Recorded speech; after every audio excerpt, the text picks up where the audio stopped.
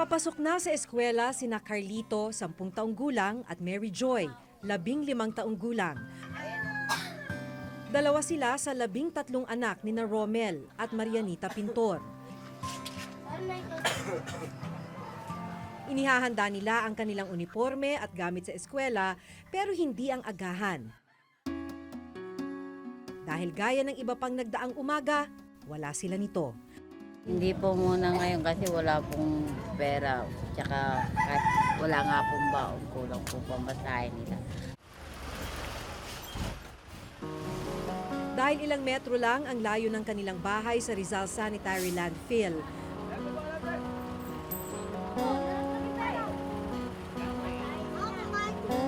araw-araw ay nakikisabay sina Carlito sa mga truck ng basura hanggang makarating sa labasan.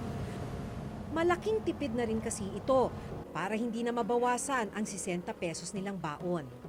Bakit nagpupunta ka pa rin sa school? Sabi ng magulang ko, mag-aaral daw na mabuti. Ba't ka nagpupursige ng ganyan? Napapasok ka pa ng gutom. Para po makatulong ako.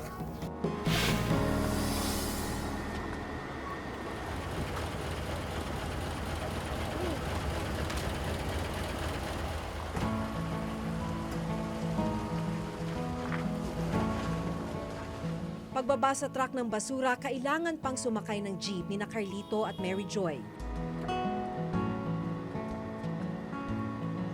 Balikan ay 40 pesos ang nagagastos sa pamasahe nila.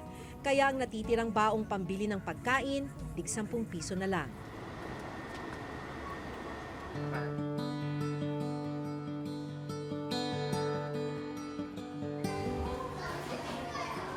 Sa edad na 10, dapat ay nasa grade 4 na si Carlito.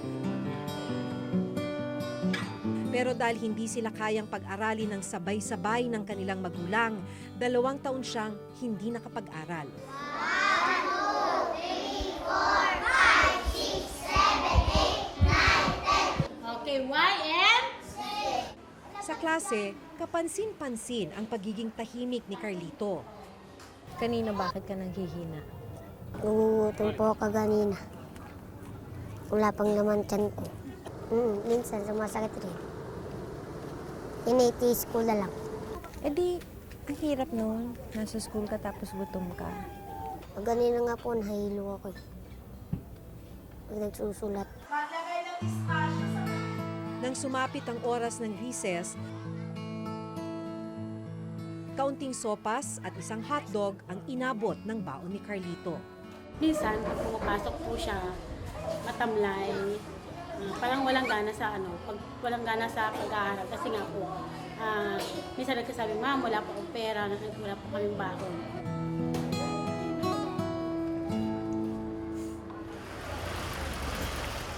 Habang nasa klase sina Carlito, ang kanilang mga kapatid sa bahay, sariling sikap naman sa pagbabasa at pagsusulat. Pag may notebook po lagi sila, nandun lang po sila sa bahay. Puro nagsusulat. Dahil kunyari ito po yung picture. Ang mga gamit nila, galing lahat sa tambakan ng basura. Binigay po sa kanila to noon. Kinukuha po ng papa niya tapos bibilis mo lang din kasi basta. Pangangalakal ng basura sa landfill ang kabuhayan ng kanyang asawang si Romel. Budget namin kulang. Kinita po lang ng asawa ko kagabi. Tama lang po ngayong umaga. Ngayong tanghalian, wala po kami budget. Ngayong araw, hindi sila makakapananghalian. Para makadagdag sa kita, maging ang isa pang kapatid ni Carlito na si Janjan, tumutulong na rin sa pangangalakal. Mangangalakal ka, walang almusal. Tinitiis lang po yun. Tubig lang. Tubig lang.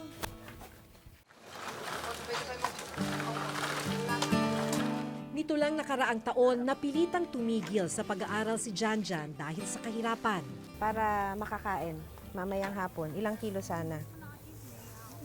2 kilo. Birthday po ng kapatid ko. Birthday? Sinong may birthday? Si Mary Joy yung pumasok po. Yung pumasok. So, si Mary Jane birthday. Kaya pinag-iipunan mo? Apo.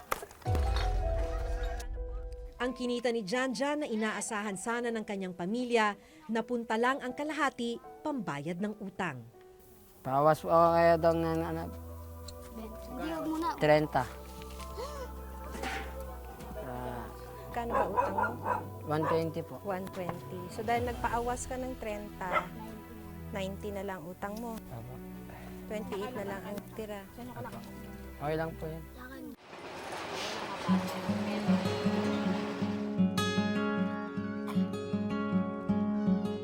Hirap man sa buhay, sinisikap ni na Marianita na matugunan ang pangangailangan ng mga anak.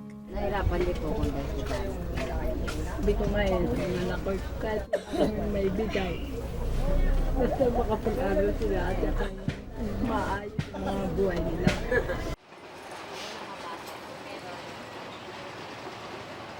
Tanghaling tapat, dumating naman mula eskwela ang magkapatid na sina Carlito at Mary Joy. Si Carlito umiiyak. Masakit pa rin pala ang tiyan dahil sa gutom. Wala pa silang pagkain para sa tanghalian. Ang noodles na ibinigay sa kanila ang iniluto muna ni Marianita. Noodles na may sabawang mayroon lang sila ng tanghaling yon. Kagabi pa nang huling makakain ng kanin ang mag-anak. Ano po sila, no? Wala sa tamang height. Hindi ko kaya ang sinasabi mo kasi pag nagkukulang sa sustansya. Minsan po kasi hindi nag-aalmusal sa umaga. Sa tanghali naman po, makakain man lang, konti lang. Sapat lang po sa kanila. Sapat lang. Kaya pagdating sa gabi, saka lang po sila gumagamit. Bye.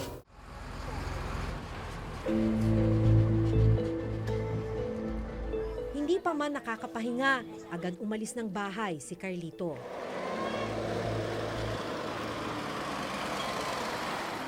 Pagdating mo galing sa eskwelahan, anong ginagawa mo? Kumakain mo na po, saka nangangalakal na. Pag pumapasok po, pambabaong ko na lang yun. Anong hinahanap mo? Sibak po. Tulad nito, sibak. Maliliit Mga plastic. po. Ito rin, sibak. Madalas, tumutulong si Carlito sa amang si Romel sa pagpili ng mga kalakal.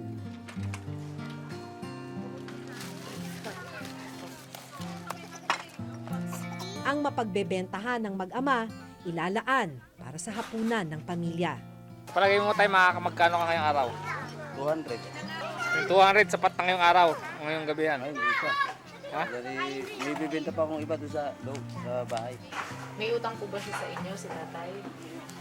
Meron pong, may bali pa po ako dyan. Pag hindi malaki kinita, saka magawa sila kung gusto nila. Yan lang.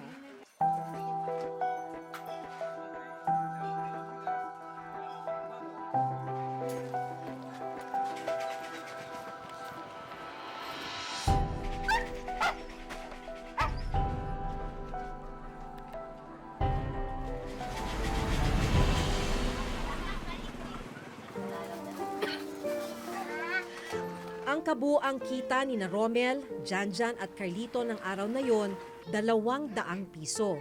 Na ipambili nila ito ng bigas at 4 na pirasong isda para sa hapunan.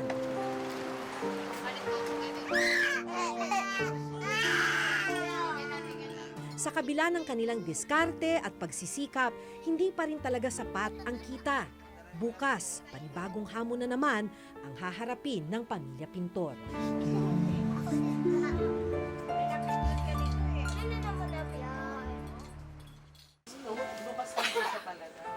Dahil sa madalas na nagkakasakit ang iba niyang anak, nais ni Marianita na maipatingin sila sa doktor. Kaya sinamahan namin sila papunta sa Municipal Health Center ng Rodriguez Rizal. 4.5. Pwede nga lang kung gagamutin ko na lang po siya para hindi lumalayo sa kanila sakit.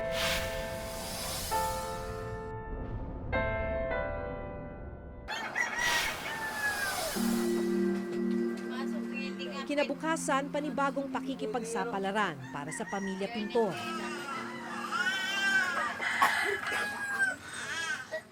Katulad ng ibang mga araw, walang agahan para sa magkapatid na sina Carlito at Mary Joy na papasok sa eskwelahan.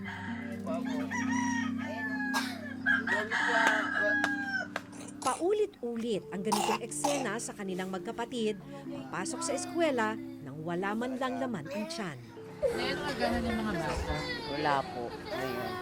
Yung kinita lang po na asawa ko kapon, kasya lang ngayon. Si Carlito, iyak ng iyak at ayaw muna raw pumasok. May sugat daw kasi siya sa paa na nakuha niya mula sa pangangalakal ng basura. 15 sana ang anak ni na Marianita at Romel, pero 2 sa kanila namatay noong mga sanggol pa lang. Ang isa dahil sa kumbulsyon, ang isa namatay nang hindi man lang nadadala sa ospital. Yung takot ba na nagkukulang sila sa sustansya? Meron din po. Kasi po nung ayoko na po nangyari sa kanila yung nangyari sa anak ko na nawala. Kaya inaano ako sa pagkain. Nasuportahan ko kahit sabi ko nag-aagilat na lang ako para sa pagkain. Dahil sa madalas na nagkakasakit ang iba niyang anak, nais ni Marianita na maipatingin sila sa doktor. Kaya sinamahan namin sila papunta sa Municipal Health Center ng Rodriguez Rizal.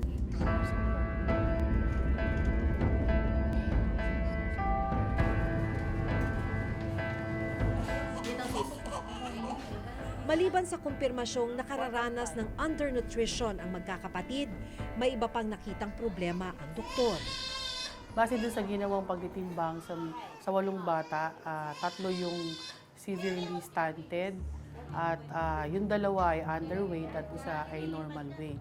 Base din kay Mary Joy at kay Jovel, sila ay severely stunted pero sa tingin ko ay may iba pang problema dahil si Mary Joy ay hindi pa nagme-menstruation, wala pa rin mga secondary sexual characteristic ng isang babae.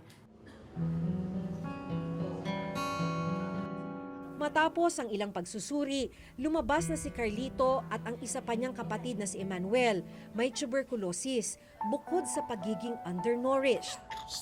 Si Jobel at ang 3 buwang gulang na kapatid na si Nathaniel natuklasan namang may pneumonia. May tubig rin daw sa baga si Jobel na kailangang magamot sa lalong madaling panahon.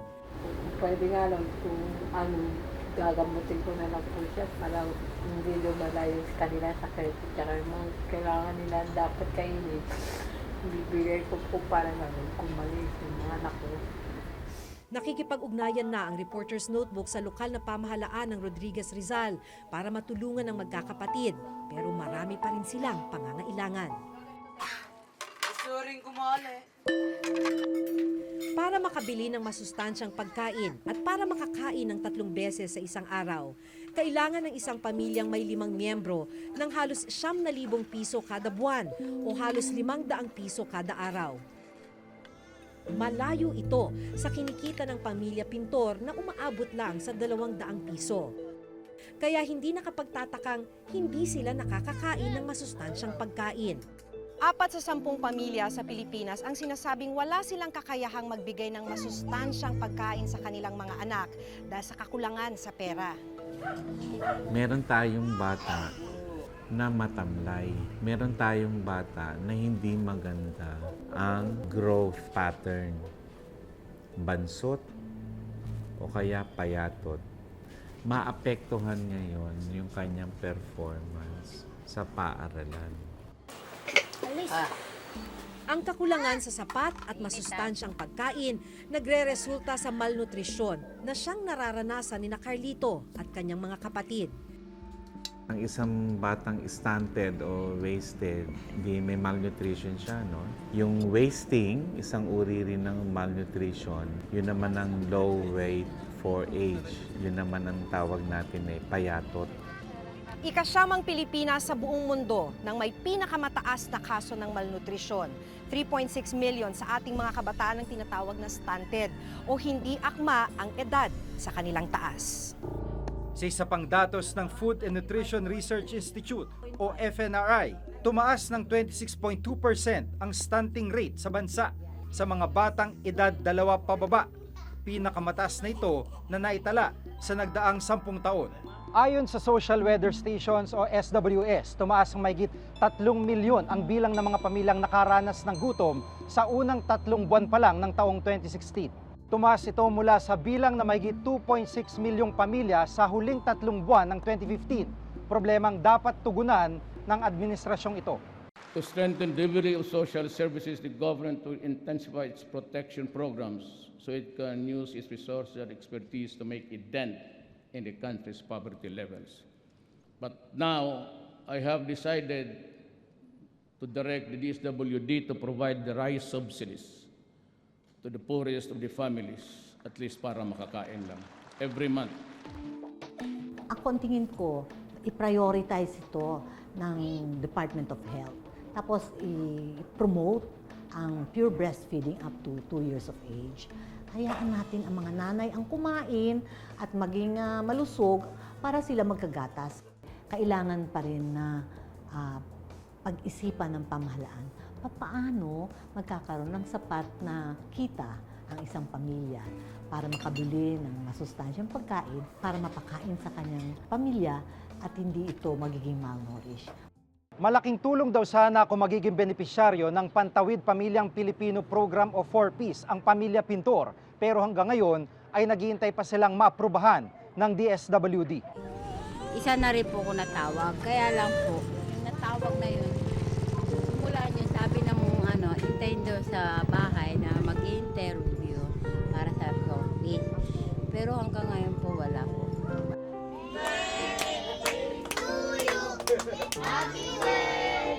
Nitong nakarang linggo, ipinagdiwang ang ika-16 na kaarawan ni Mary Joy.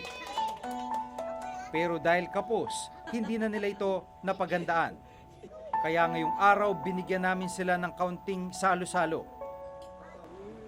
Hirapan din po ko sa pero kahit paano hirap, siguro talagang binigay ng Diyos. Siguro pagsubok nga lang naman ito tumarap.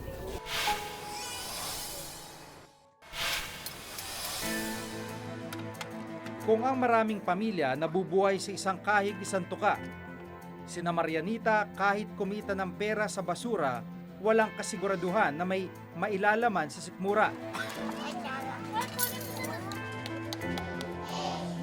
Pero sa kabila nito, sina Carlito at Mary Joy pursigidong makapag-aral. Ito na lang din kasi ang nakikita nilang pag-asa para makaahon sa kahirapan. Tumataas ang bilang ng mga batang malnourished at stunted sa bansa. Isang isyong ito na dapat ring mabigyang pansin at dapat tugunan sa lalong madaling panahon. Hanggang sa susunod na Huwebes, ako si Maki Pulido. Ako si Giga Manikad at itong bagong dekada ng Reporter's Notebook.